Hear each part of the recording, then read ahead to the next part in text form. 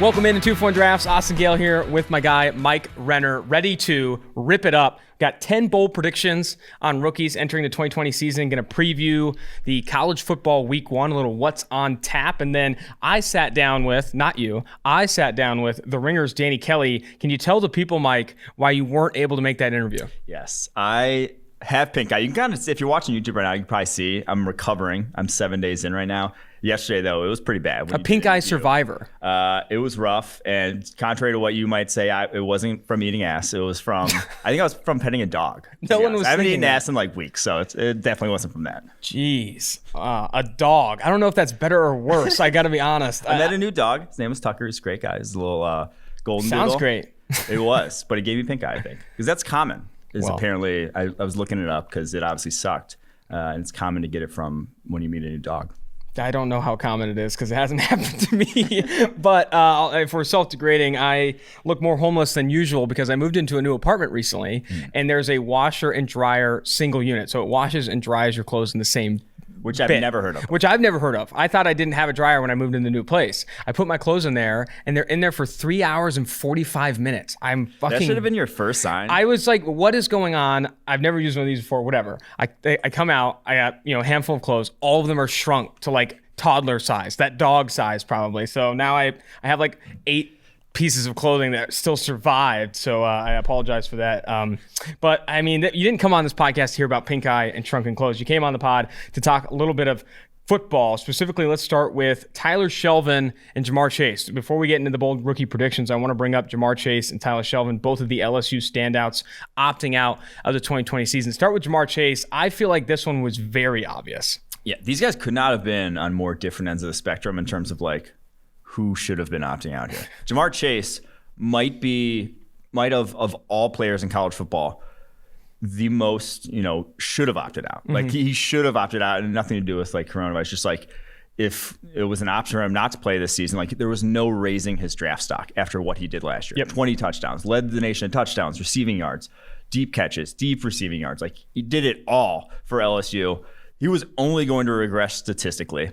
Obviously, he could have, probably was going to improve physically in what he actually does on the football field, but the stats weren't going to show it. And so his draft stock at an all-time high, wins the Blitnikoff, whatever. There was no, there was a lot of things that could have happened this fall for him. Most of them were bad. Not a lot of them were going to make him, go up draft boards. So I think he's solidified in the top 5, top 10. Whoever needs a wide receiver there, it's going to be Jamar Chase. Yeah, I agree with you. I think the biggest thing for me is the Joe Burrow not being there. You're not going to outproduce what you did last year. You showed that you have the speed. You showed that you have the physicality to beat top flight talent in the SEC. He didn't have much more to prove. And I was on a radio hit recently, I think it was for New Orleans or something, and they asked me, with Jamar Chase opting out, do you think these guys that really feel confident after their, let's say, redshirt freshman or true sophomore seasons, do you think even beyond the pandemic, even going into 2021 and 2022, you'll see guys like Jamar Chase opting out of that third year of eligibility or third year in the NCAA to make sure they don't get hurt and to better prepare for the combine and all those things? I didn't have a good answer. I thought it made more sense for potentially the NFL to bring down the rule they had to be there for 3 years and rather than 2, because if it does start to happen, because I could see it being a likely scenario for guys like Jamar Chase in the future, I think the NFL changes that rule before you start to see 10, 20, 30 plus guys opting out of their final seasons. Yeah, I think you could see a rule change coming here soon, especially if like the XFL comes in and starts poaching these guys. Yep. Out of college football and into professional football, starts paying these guys. But I don't think you're going to see that become a trend without coronavirus, people just skipping that third season. Because one, I don't think, just from the training that it takes to go to the combine, that sort of thing, I'm not sure you're reducing your injury risk that much depending on your position. Yeah. Like we see guys like Jeffrey Simmons, we see guys all the time in the pre-draft process suffer serious injuries and get hurt just from the training that it takes, that sort of thing, the off-field like training and lifting and sprinting and those things, and not playing football. I think playing football keeps your body in a certain shape that if you skip a whole year, it's not going to be great for your, it's not necessarily going to make you healthier in 2021, I guess is what I'm trying to say here. So I don't think that's going to become a trend that we'll see. Interesting. All right, we'll talk about Tyler Shelvin. You said he's on the opposite spectrum of Jamar Chase. I saw somewhere, or you saw somewhere, that he's 375 pounds. Ed Orgeron said that. Really? After he left. So yesterday this was I don't know if Tuesday. that's good. That's too much. I know that's not good. Yeah, that's awful. too much. Yeah. You should never be 375 pounds at defensive tackle. You aren't going to be explosive enough. I know I said a 2-gap, but now he's on that 3-gap range, and you're kind of just laying him down in front of the guards and the center at once. He might eat one of the guards. Like that in and of itself is a red flag to me because that means he's not in control of his weight. He's a naturally large human being. You don't get to that size unless you're just born big. Like some guys are just born far bigger than the rest of us. But to get to 375 pounds when he's only 6'3", he's not Mekhi Becton. He's not 6'7". Yeah. He's not that size. 6'3", 375 is an absolute unit. And he has, he's a kind of guy, if he got down to like 315, he would be explosive. He would look like a Kenny Clark at nose tackle instead of what he looked like last year, which is just, the dude's never pushing the pocket. He looks like Vince Wilfork the last year Vince Wilfork, played in the NFL. Where it's in the overalls. Yeah. Or it's just you're not going to move him backwards, but he's also not going to move you backwards. You're just going to stalemate every single time because he's that big. He's just kind of an immovable force there. So to me, if he would have showed up this year, lighter, leaner, could have pushed his way into the first round. I think NFL teams realize that a guy who's going to play 500 snaps a year, like Shelvin will at 350 pounds, is just not worth a first-round pick. This isn't a Dexter Lawrence situation where he's that, but also running a 5, because he didn't produce as a pass rusher this past year. He did not have high. Yeah, he only had 6 pressures all last year, a low PFF pass rushing grade, and something that you kind of expect when you turn on the tape too. I mean, he's very good against the run, but was not necessarily explosive, not pushing the pocket consistently. You add some more weight to that boy, and I don't know necessarily you're going to get that much better as a pass rusher. All right, let's jump off the opt-outs here and dive into your bold rookie predictions. To read all 10, go ahead and go to PFF.com and check it out. What I'm going to do, I'm going to read the prediction, you explain a little bit, and I'm going to agree or disagree with its predictions. Starting with number 1, former LSU quarterback Joe Burrow finishes as a top 10 graded quarterback according to PFF when it's all said and done. I agree. After this season. I was through. No, I think with the receiving weapons he has, and just with how good he was last season, how NFL ready he is, I'm not sure we've seen. I'll just say it. We haven't seen in our 6 years of grading college football a more NFL-ready quarterback. He ran an NFL offense. Like that offense is being run in Carolina this year, was run in New Orleans to some degree. It wasn't obviously the same as New Orleans, but it was run in New Orleans. Before that, he was running an NFL offense with NFL wide receivers, a lot of empty sets, a lot of NFL pass protections, and he was in charge of those things. To me, he is the most NFL-ready quarterback, and his accuracy, his level of accuracy, unlike anything we've seen again, I think he hits the ground running. And all reports from Bengals camp is he's hit the ground running, and he has the type of receivers to be a top 10 graded quarterback. Offensive line, different story altogether. Jonah Williams could, help out a little bit if he comes back in year 2 and is very good, but I still believe that just from how good he was last year and who he did it against, he's going to be a top 10 graded quarterback. I think there are too many questions or if this happens scenarios for Joe Burrow to finish in the top 10. I do agree that the receiving core is great, but no guarantees if AJ Green can stay healthy. He's been injury prone for a while. He even has a hamstring tightness in camp. And then in addition to that, Tyler Boyd working from the slot and T. Higgins, we'll see how much he can do as a rookie. John Ross has not lived up to expectation. The offensive line. He was on pace for 1,000 yards last year before he got hurt. The offensive line is a joke. Jonah Williams coming back as good as as much as we liked him, a first round pick, coming back off an injury like that is going to be very difficult for him to produce. Wait, did you see the one highlight of him from I camp? did see the one highlight of him, and I'm excited that he can block Sam Hubbard. That's all I need to see. I'm glad Sam Hubbard isn't beating him to a pulp in practice. But there's a question mark there. Right tackle's a question mark. I think so much has to go right for this offense. Psychopath. Yeah. So much has to go right for this offense outside of Joe Burrow for him to finish top 10. Wow, I do feel confident that he's the most NFL-ready quarterback prospect we've seen in a while. The accuracy will be maintained. He's done it against good competition. He's not going to have the support that he had at LSU. He had a freaking dream team at LSU, and I don't think the Bengals are in the same spot. Let's jump to this next one. I think you wrote this before he went down with the labrum injury, trying to tackle somebody on an interception, which is only something Joe Judge would probably have his receivers doing. I'm surprised that this even happened. Jalen Reagor has 12+ deep receptions, so 20+ air yards, and 3+ 50-yard touchdowns. And I've already whiffed on that with injury. These are without injury. Yeah, of course. You didn't freaking predict but injuries. 12 plus is what Terry McLaurin had 12 deep receptions last year. So I think he matches that. 3+ 50-yard touchdowns. That was like what Tyreek Hill had as a rookie. That's the type of explosive athlete he is. And he's running every single position there for the Eagles in camp. They're not putting him at any certain, they're not putting him in the slot, not putting him outside like J.J. Arcega-Whiteside's been their outside receiver. They're lining him up everywhere depending on the play call. And I just think when you have a guy that fast and that sort of speed, it's difficult to account for when you don't know where he's going to be. When you have, when the possibility of him getting matched up on a safety with Rager having 4.3 speed and that safety maybe running a 4.6, just it's a nightmare for opposing defenses. And with Carson Wentz, where he excels down the football field. So I think it's a match made in heaven.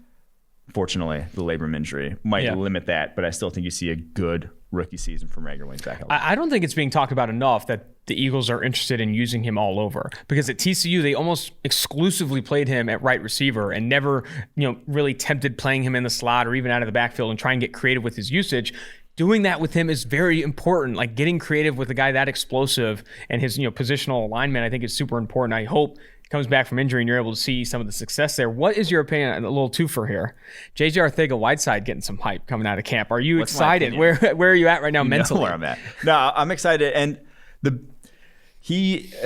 thing I love is that he said like rookie year was not acceptable. He was not as good as he should have been. It was the first time in his career he ever had to deal with injuries, and he didn't, react as well as he thought he should have. Mm-hmm. And obviously recognized that was a problem. Obviously, I'm a fan of any guy who recognizes that they were themselves a problem and that they had things to improve upon.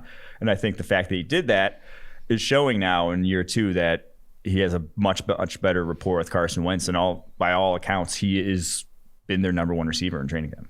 Number 3, bold prediction, Jonathan Taylor of the Indianapolis Colts finishes top 3 in rushing yards. The only concern I have with this one, because I believe in the player and I believe in what he could do after contact, all of these things, is the volume. Like if he gets the carries to do it, he'll do it. But if Marlon Mack and Nyheim Hines, take too much of his offensive snap share, then I don't think it's possible. But if he does get the load, I think it's gonna be big for him.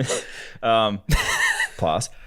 So the thing to me, Marlon Mack averaged 4.4 yards per carry last year behind a top 5 offensive line in the NFL. Like Marlon Mack cannot hold Jonathan Taylor's jock from a talent perspective. Like this, can he hold his load? No, he can't hold anything that Jonathan Taylor has on him from a talent perspective. Jonathan Taylor ran a sub 4.40, 227 pounds. Marlon Mack was 4.5 something at 209. Marlon Mack has just never been a dominant rusher. Jonathan Taylor above expectation. Yeah, exactly. Like never gone above and beyond. Jonathan Taylor 300 plus carries every single year at Wisconsin. Not every single year.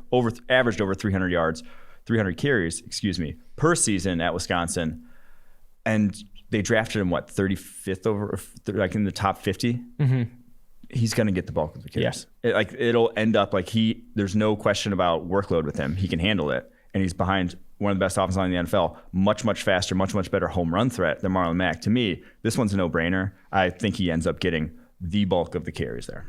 That would be big for him. And I think if he does get, 250, 300 plus carries, you're going to see him get over 1,000 yards. I mean, behind that offensive line, it'd be hard not to. Number 4, 3 rookies go over 1,000 plus rushing yards. So obviously adding in with Jonathan Taylor for the first time since 2008.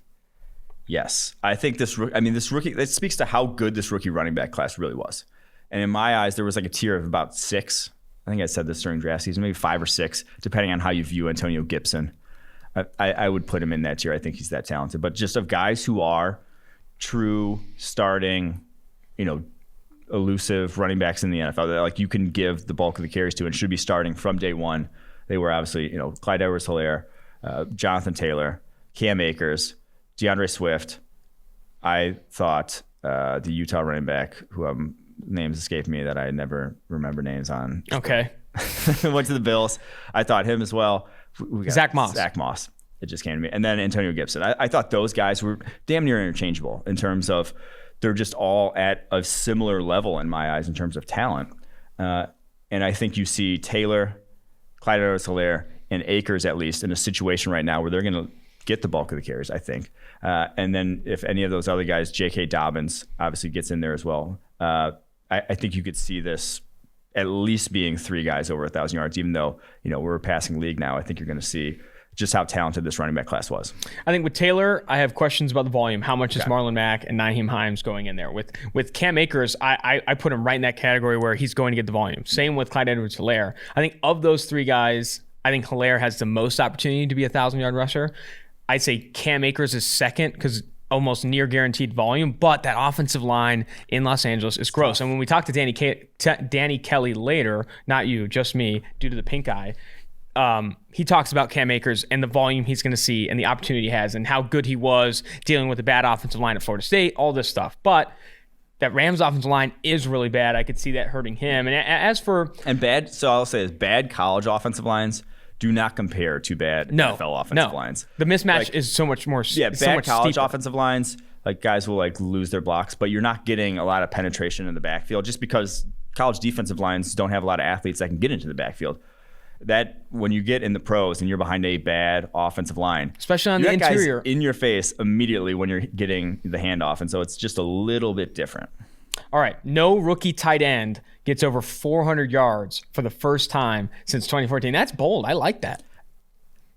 I thought this one was tame. Really? This one speaks to, I just don't think this is a good rookie tight end class. No, that's true, actually. Guy, thinking more about... When you look at the rosters, there's one guy that's starting at tight end in this rookie class. Devin Asiasi. That's it. And yes, he could go for over 400 yards. I don't know what that New England passing offense is or just what that New England offense is going to look like with Cam Newton. But I just don't think this was a talented tight end class. This was not the year I wanted to be drafting a tight end. And with none of them starting, I just don't think you're going to see a lot of production from them. What about Cole Kmet? Cole Kmet was drafted highly. Jimmy Graham is the most impressive guy from Bears camp, though. Jeez, I can't believe they made that pick for Cole Kmet. I mean, they could have gotten so much better on the defensive side of the ball. There's still a ton of talent on the board. To add Cole Kmet when you have Jimmy Graham and you have other weapons there, well, I just didn't think it made sense. They've tried so much to get good play out of Trubisky. Mm-hmm.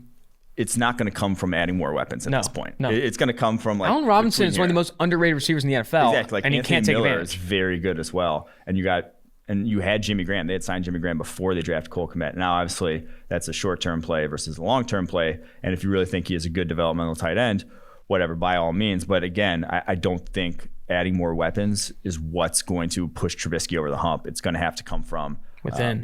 It's going to have to come from within.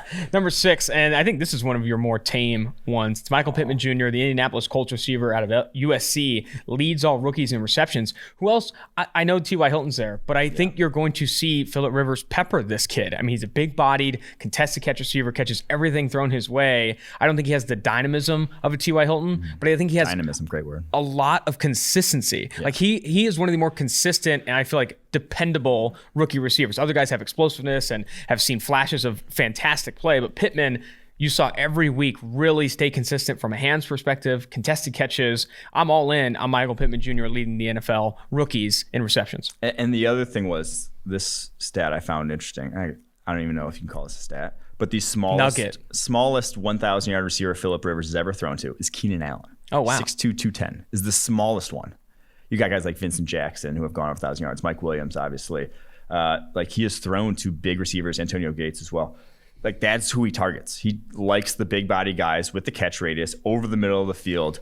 And I think that's going to be Michael Pittman in that offense. T.Y. Hilton, yes, I think we'll have a good season. This T.Y. Hilton very well would likely be also, his smallest 1,000-yard receiver after this year. I'm not putting this on T.Y. Hilton that he's going to have a bad year. I just think that the rapport that Phillip Rivers and Michael Pittman will have is going to be like that. I just think he's going to build that early in his career with a guy like Phillip Rivers because that's who he likes throwing to. This is another very tame prediction. 2020 rookie class has fewer 800-plus yard receivers than 2019. Is it tame?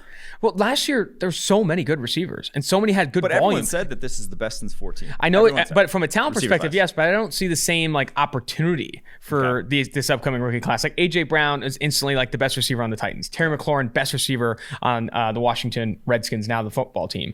Deebo Samuel was easily the best receiver on the San Francisco 49ers. I don't see a lot of rookies coming in, and they're easily the clear-cut number one wideout like we did with that group. So there were 4 last year. There were 4 guys last year. 2014, I believe, had 5.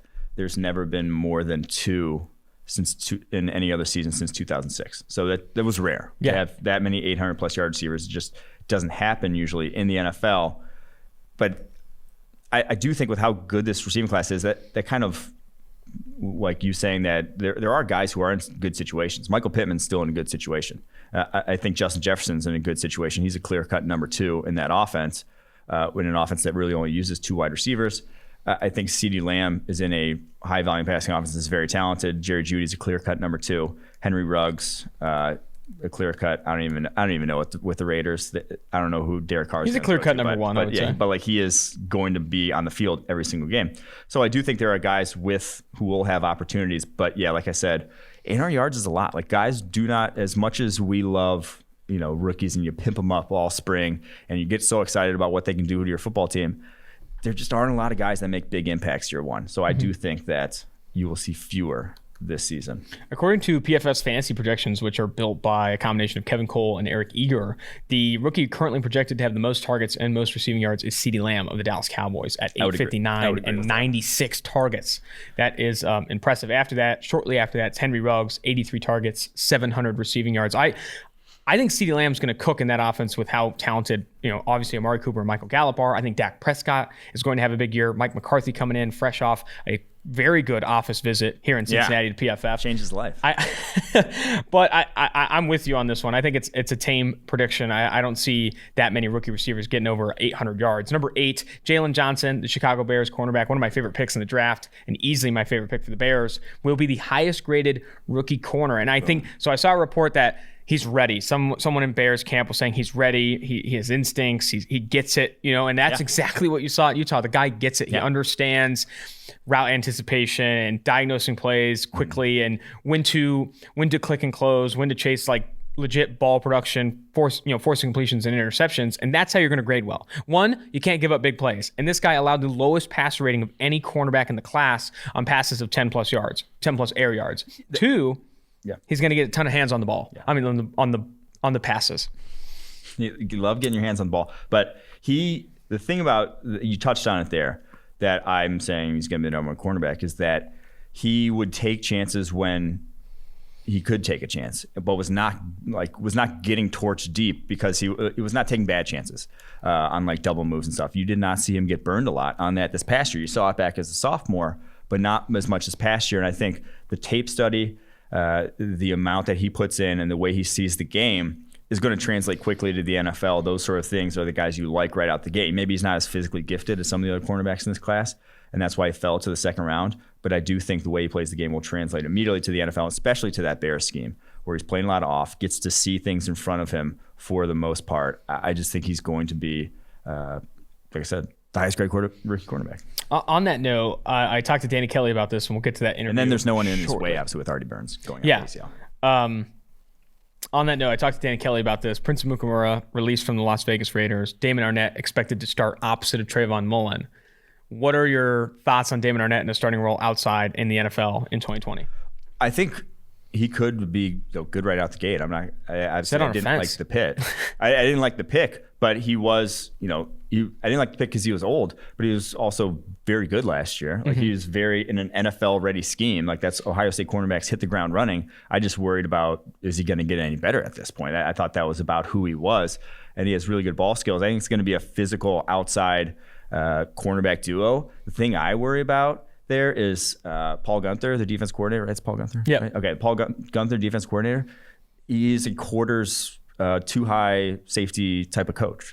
That's not taking advantage. Those are press corners, Trayvon Mullen and Damon Arnett. That's what they did all throughout their college careers. You play those guys in off quarters, I just don't think you're taking advantage of their skill set. So that's the worrisome thing for me. And I think a lot of people are putting Paul Guenther on the hot seat this year. And if they don't get better results than they did last year, rightfully so. I think it goes one of two ways with Arnett. I think it's either a disaster, he gives up a ton of big plays, or he ends up grading really well because he is physical. He does show up in the run game. He does tackle. I think that aggressiveness, playing things in front of him, you could see him have good ball production, therefore a ton of positive graded plays. Number 9, Cameron Dantzler will be the second highest graded rookie corner right after Jalen Johnson. I love this. I love Dantzler a ton. It wasn't until the combine that really everyone was like, oh man, why are his arms so short and why is he so slow? And then you get to the tools and you're like, I don't know if he can hang, but the production and the tape was good. Yeah. I mean, no cornerback looked better against Jamar Chase last year than him.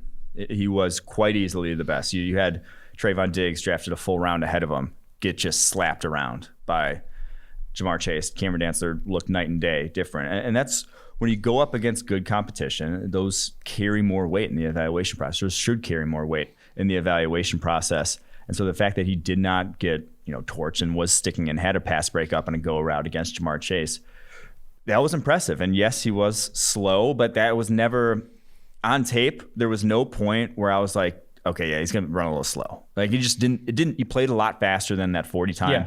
And then he had that fake 40 time that was like a 4.27 or whatever. I think it was a 4.1. Okay. Yeah. He went, and then like you hand timed it and it actually was like it was just ridiculous all around that, and then Adam Schefter tweeted it. Like, I don't know. I'm trying to black out the draft process from last year because that was early coronavirus stuff. But I just think that his on-field warranted a much higher draft slot. He goes to a scheme where Mike Zimmer, I think, is very apt for his skill set there. So all that really he needs at this point is just playing time. Yep. Like, is he going to see the field with Mike Hughes, Holton Hill, and Jeff Gladney all in the fold there? I don't know, but based off of reports in training camp, he should, because he sounds like he was their best cornerback there.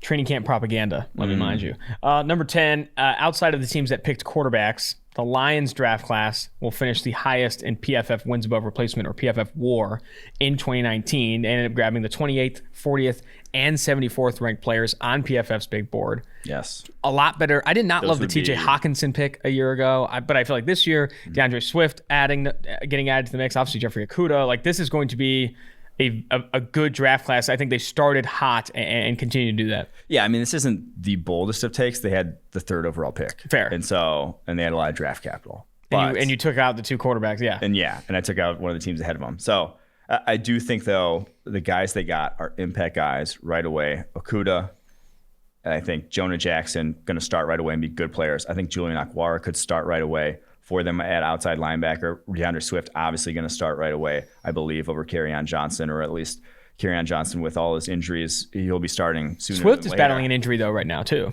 So we'll see how that ends up. And then I also think Quintez Cephas ends up their slot receiver in that offense, and I think he'll be productive in that. So I do think that they had a lot of impact guys, and they're going to need to make an impact because everyone's hopping on board the Lions to the playoffs train.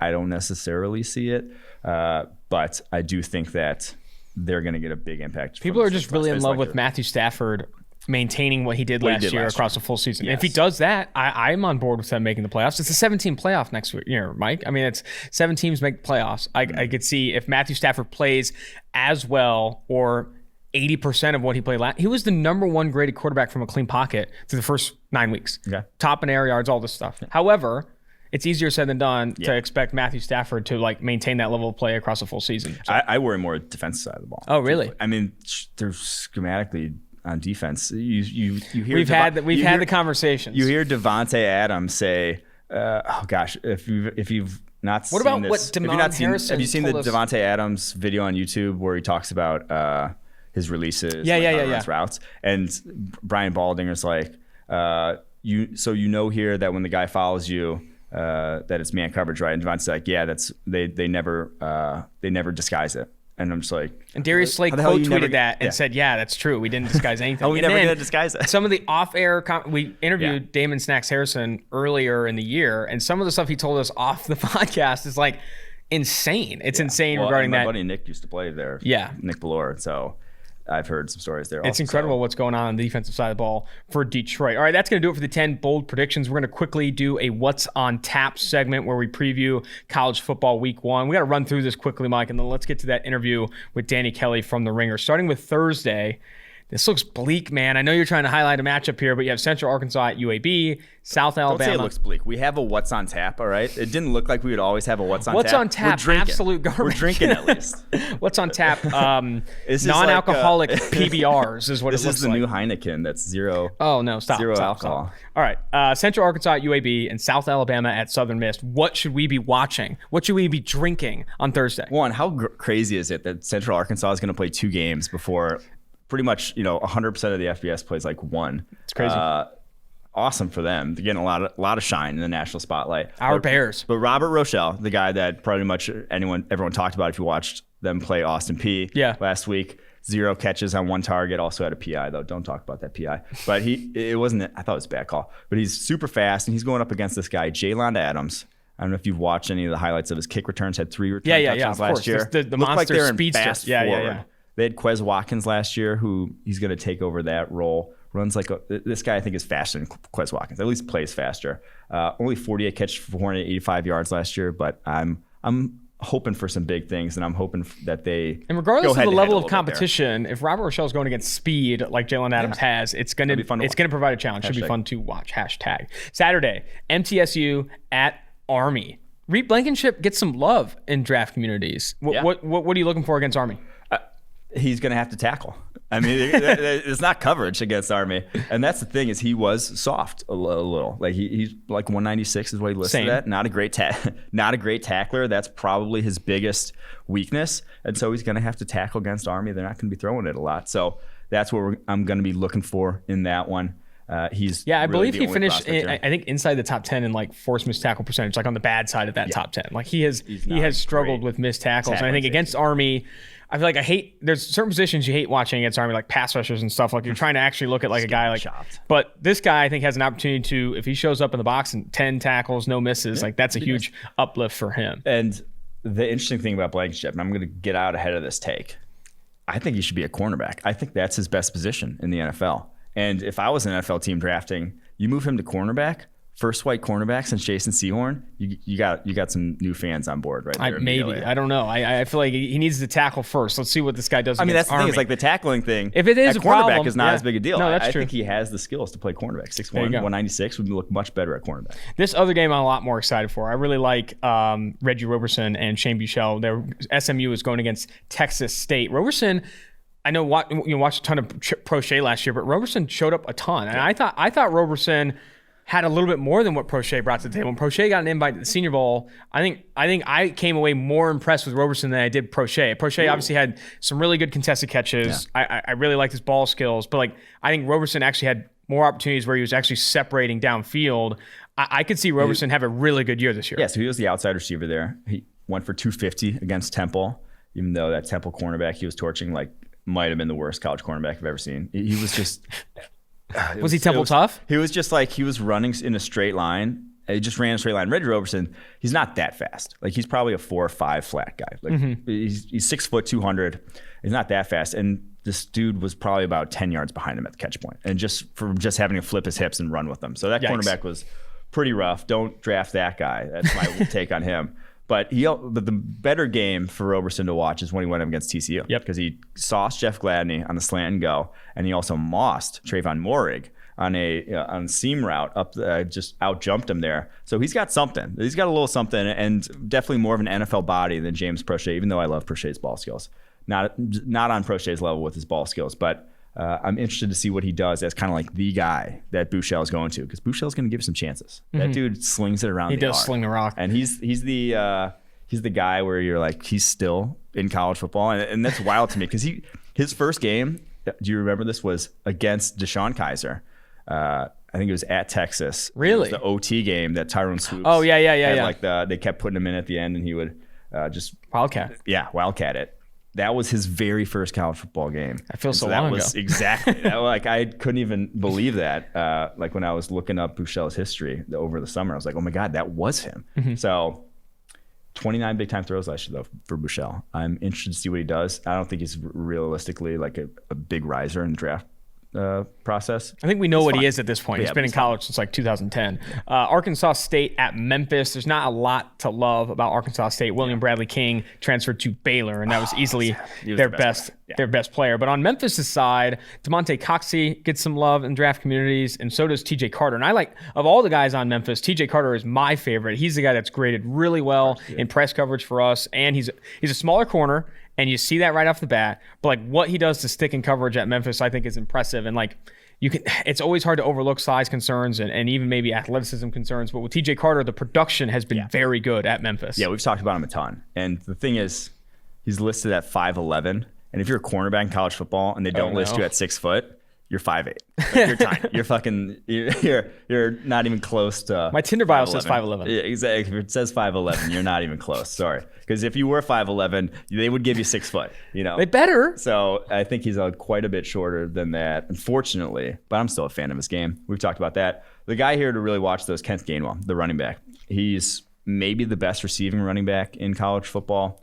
Had one of the highest receiving grades last year. And he's gone from 183 pounds as a freshman to now Kenneth Gainwell has opted year. out of the season, Mike. Has he? He's opted out of the season due to coronavirus concerns. I missed that. Yeah, sorry about that. But, I mean, talk to me more about him. Sorry. Well, it won't be fun to watch on Saturday. It's not going to be fun to watch on Saturday. How did I miss that? There's been so many that I have. Yeah, it's tough. He's, like I said, he's probably the best receiving running back in college football. When we in the draft, the thing he needed to do was just get bigger. Like at 195, if that's what he shows up at the combine, I still think he's going to be drafted probably day 3 at that point. But he has, if he could get to like 210, he would be a day 2 running back.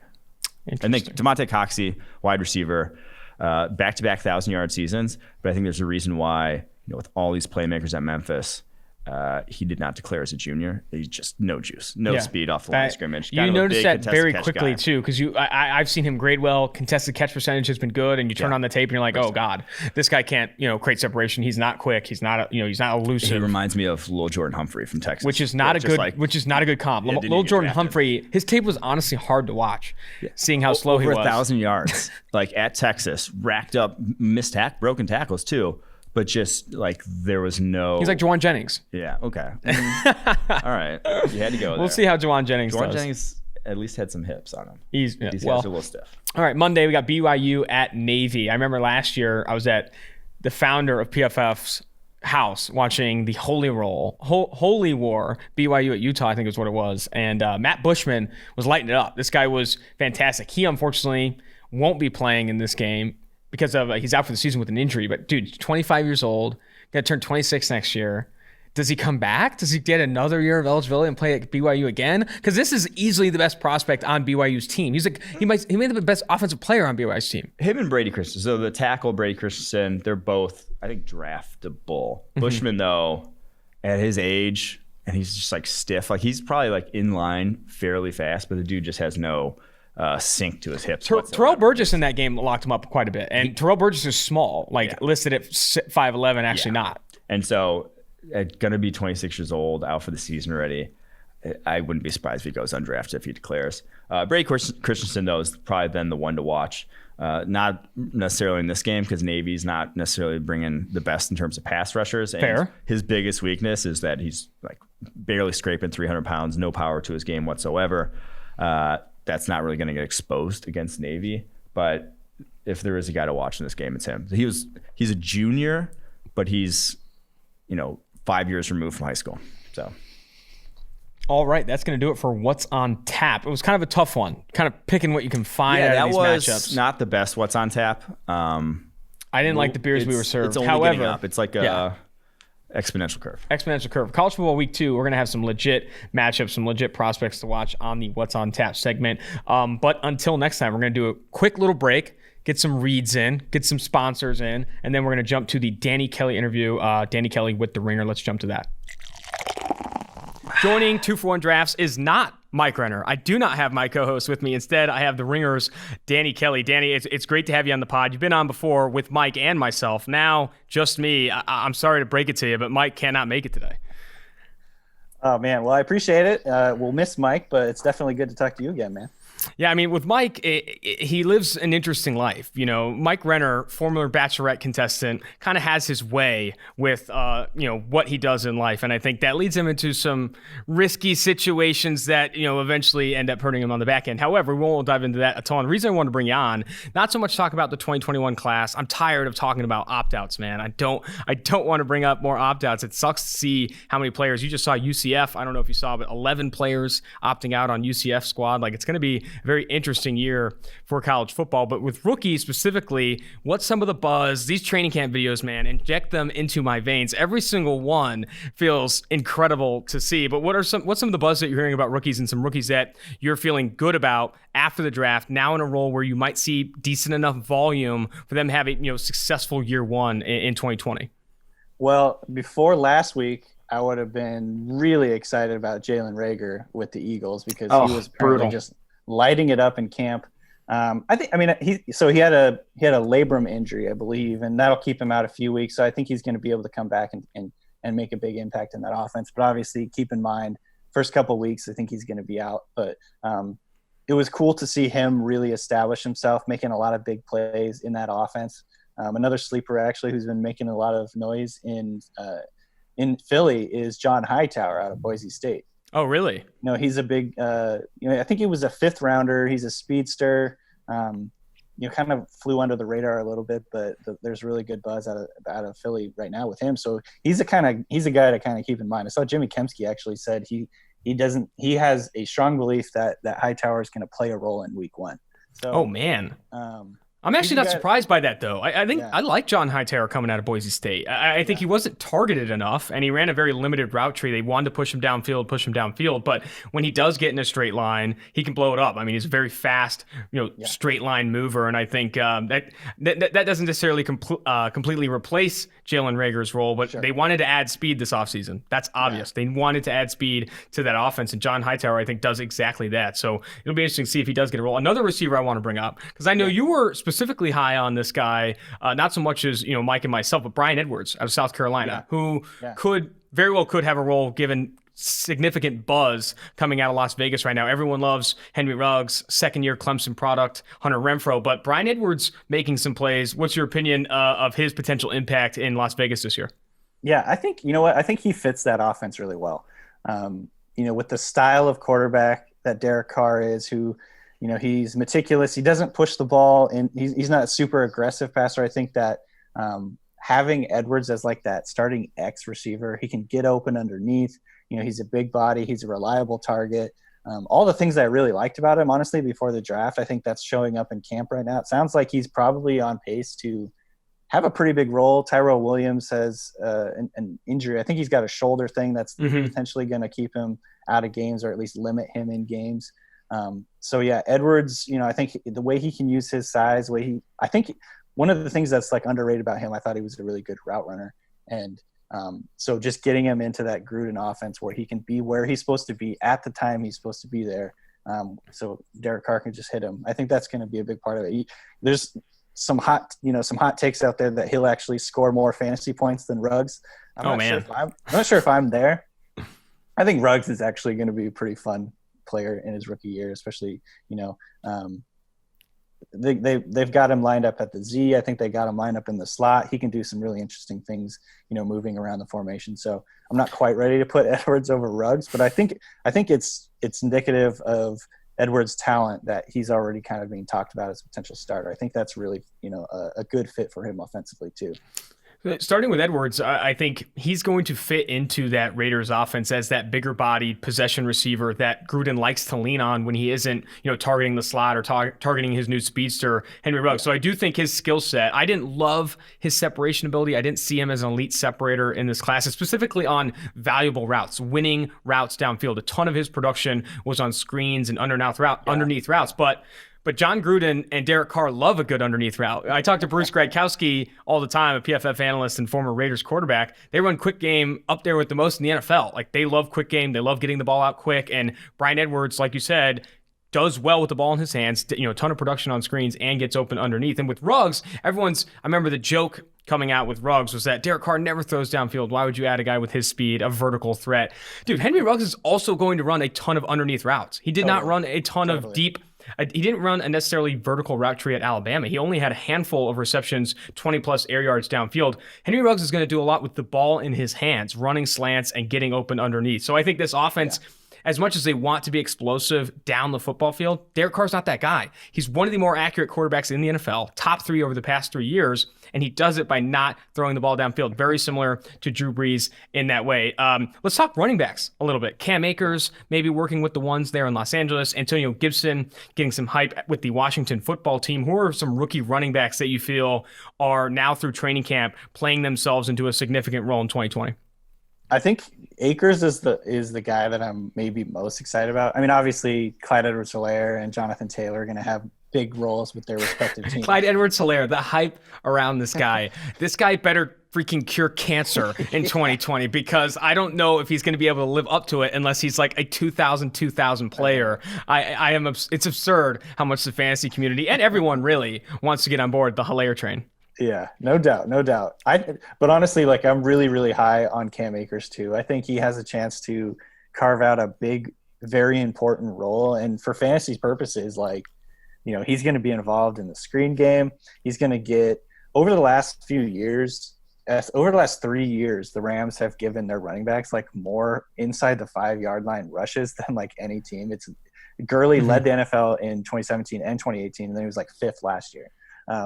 And I think Akers has more juice than Gurley at this point. That's not even really that's not a hot take to say. More knees, better knees. That's for damn sure. Yeah. And so, there's a little bit of, I guess there's a little concern because there hasn't been like a ton of hype around Akers yet. But I think just the fact that Darrell Henderson has a knee or a hamstring injury is going to give him the opportunity to get a big workload. Malcolm Brown will probably be involved. He's not going to get 100% of the carries, but I think Akers is going to end up being kind of like running away with that starting job. And one of my bold takes on the Renner Fantasy Football Show the other day was that Akers is going to be this year's Aaron Jones, and just just go off. A ton of touchdowns, just a shitload of scoring. That's possible. I think that the reasons I have reservations with Akers are the offensive line play in Los Angeles. I do not expect the Rams to tout a very good offensive line, specifically on the interior this upcoming season. But if there's any rookie back that knows how to deal with a shitty offensive line, it is Cam Akers. No running back in college football over the past 2 seasons was hit at or behind the line of scrimmage more on a higher percentage of their carries than Cam Akers. This dude had tough sledding the whole way through, and I think what Mike and I were really impressed with him about was forced a ton of missed tackles, created a ton of space with his speed and his quickness. Former 5-star, one of the most coveted recruits to go to Florida State, really, one of the top running back recruits. I think give him a fair shake, which I don't know if the Rams offensive line can do, but we'll see. Give him a fair shake in the trenches and 70%, 60% snap share. You could talk about a legit back that, surprises people who's not drafted necessarily early in rounds. Staying on running backs, and I know these aren't rookies here, but Devine Zigbo and Chris Thompson have some opportunities now that Leonard Fournette has been released. Devine Zigbo, I thought a lot of people really liked, I think, coming out of the 2019 NFL draft. However, obviously went undrafted. But I think a high-cut runner, he's a bigger back. You complement that with Chris Thompson. Do you have high expectation for a Zigbo? I wouldn't say high. I don't think anyone would. Yeah, but I am like trying not to get too excited about it. I actually think it is pretty interesting because if you go back and look at his college tape, I mean, he's got good feet. Like he showed the ability to make make tacklers miss with his feet. Good lateral agility, jump cuts, things like that. He's a good pass catcher. Obviously a good size. I think he's like 225, so he has that early down like body type that could really kind of dominate snaps. Raquel Armstead is, I don't know. He's got some speed. He's got some breakaway ability, but I don't know if he's like a grinder in the sense that you're going to give it to him like 20 times a game, 25 times a game. I don't know if that's really like what he does. So we'll see. I mean, maybe that's what he can do in the NFL. But I would say I lean Ozigbo in this case. I think Chris Thompson's going to be the third down guy, but I think Ozigbo has a real chance here. And especially with Armstead's been dealing with an injury, so it might be moot regardless. Yeah, I didn't love Ozigbo coming out. I think comps for him, I think like a lot of people mentioned Latavius Murray. I feel like he was a similar back to Latavius Murray in that I don't think necessarily is this explosive back that he was in like his first game. I remember that Chiefs game, Chiefs-Raiders, Latavius Murray breaks off like a 75-yarder. People thought he was just like the next big back. But I think similar build and similar play style. It'll be interesting to see how that backfield is split up because I think there's a ton of reasons to make it a by committee situation. Thompson gets involved, Ozigbo, Armstead, and you never really see one of the backs get 250, 300 carries or whatever it may be. Going to the defensive side of the ball, recently, Las Vegas Raiders released Prince Amukamara after getting toasted by Hunter Renfrow on that comeback that kind of dominated the internet for a little bit. But then, what do you think that means for Damon Arnett? Because Damon Arnett was a surprise first rounder on the Athletics consensus board, was the biggest reach or one of the biggest reaches of the draft. Do you think Damon Arnett, knowing what you know from his play at Ohio State, could develop into a quality outside cornerback opposite of Trayvon Mullen in 2020? Yeah, I mean, I think he's got a chance. Very athletic. So I'm just looking at my board. I had him 35th, so it wasn't like a huge reach. Oh, wow. According to mine. Mm-hmm. I was very impressed with him. Again, he has good ball skills, good athleticism. I just think the tools are there. Maybe he didn't really put it all together in college, but clearly they feel confident in him enough to make that move. Mm-hmm. And so I feel like it's so difficult to project rookie corners. Yeah, it wouldn't surprise me, honestly. I don't want to get like too excited because it wouldn't surprise me if he really struggles in year one. Mm-hmm. But I will say I like his tenacity. I like his like on-field demeanor, his athleticism, and his just overall makeup. I think he's got experience against really good receivers, and so his press technique is really good. I love his press technique. I thought he was coached really well at Ohio State, and obviously has that aggressive demeanor you see, when he's playing the slot or whatever it was. I really do think he played the run well, which you don't really bring up with cornerbacks, but he's an aggressive, physical player. I think Mayock loves that. I bet you Mayock. Gruden loves it too. But yeah. I think with rookie cornerbacks, I'm glad you brought that up because I think there's a best case scenario for rookie cornerbacks, like 9 times out of 10, is just not giving up a ton of explosive plays. If you give up a ton of big plays, you're going to end up in a DeAndre Baker situation where it's a disaster. You're getting a ton of snaps early, and maybe you're not giving up 10 receptions a game, but giving up big plays to, small receivers or quicker, more athletic receivers could hurt him, I think, early. We'll see how Damon Arnett plays out. Danny, this has been fantastic. I don't have anything else for you, but I really do appreciate you coming on the pod. Next time, I'm telling you, Mike Renner's going to be on this thing, but thanks again as always. Of course, man. I really appreciate it. You want to get rid of me and get back to more great PFF YouTube content? All you have to do is push that button right there and subscribe. Thanks for watching.